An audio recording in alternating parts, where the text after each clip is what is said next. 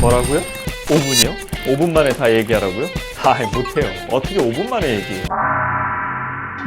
아니, 아무리 바쁜 삶이라도 이런 건 좀 진중하게 시간을 내셔서 얘기해야 된다고요. 참, 피디님 고집 세시네. 그래, 한번 해봅시다. 안녕하세요, 윤방 표현봉입니다. 윤방은 닉네임 같은 겁니다. 저는 윤방이라고 불러주시면 되고요.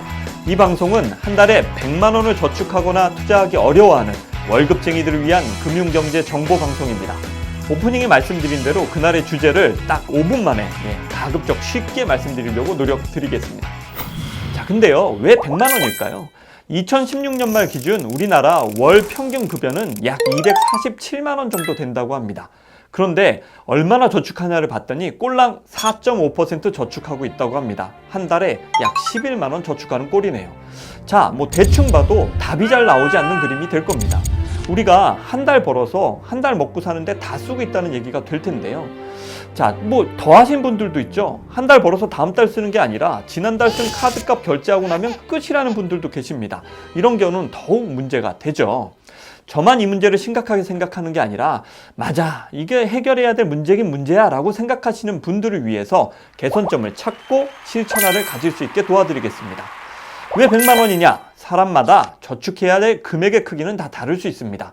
그래도요, 저희가 한 100만 원 정도를 저축할 수 있다면 1년 후에 돈을 모으는 재미도 좀 느끼실 수 있을 거고요.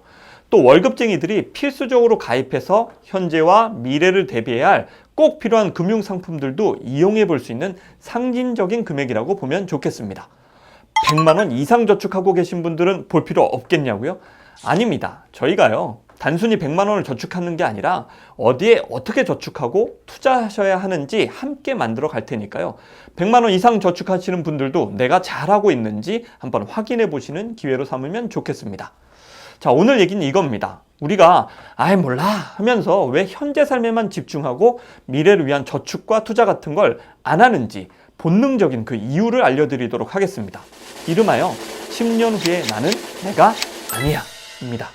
세상사 마음이 반이죠. 마음만 먹으면 뭐든 할 수 있습니다. 근데 그놈의 마음 먹기가 쉽지가 않습니다. 특히 미래를 위해서 저축해야 하는 거나 이런 건 실천으로 잘 옮겨지지 않거나 해봤자 작심삼일인 경우가 허다한데요. 그래서 다들 몰라 어떻게 되겠지 라고 사시는 겁니다. 그런데 이게 꼭 여러분의 의지가 약해서만이 아닙니다. 원래 인간은 그렇게 생겨 먹은 거죠. 자, 사람들이 왜 현재에만 집중하고 미래를 대비하지 않을까?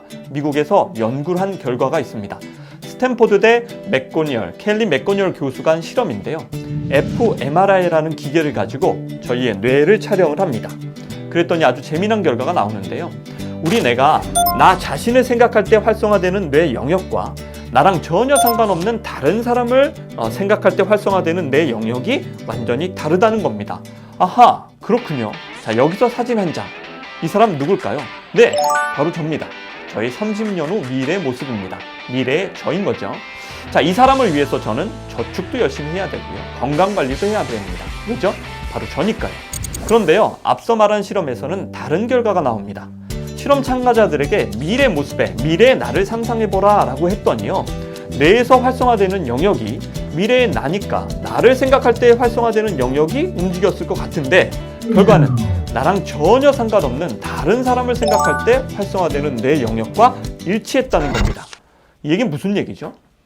우리 뇌는 지금 현재의 나만 나지 미래의 나를 나라고 보지 않는다는 겁니다. 그러니까 저희가 미래를 위해서 뭔가 준비하는 것이 본능적으로 잘 안 될 수밖에 없고 잘 지켜지지 않는 거죠. 자, 이대로 두면 안 되겠죠. 뇌와 한판 붙어야 됩니다. 이성적으로 생각한 후 강제적으로 준비할 필요가 있는 거죠. 그리고 난 다음엔 뇌가 신경 쓰지 않게 자동적으로 진행되게 저축 시스템을 만들어야 됩니다. 짝은 본능적으로 찾더라도 내 삶을 위한 재무 설계는 본능이 아닌 이성적 행동이 필요한 겁니다. 자, 앞으로 100만 원을 저축하기 위해서 나를 돌아보기도 하고 꿀팁들도 전해드릴 텐데요. 방송을 보시면서 궁금한 내용이나 궁금한 금융상품 등이 있으면 댓글 달아주십시오. 방송을 통해서 답변 드리겠습니다. 100만 원을 저축하는 그날까지 윤방 표현봉이었습니다.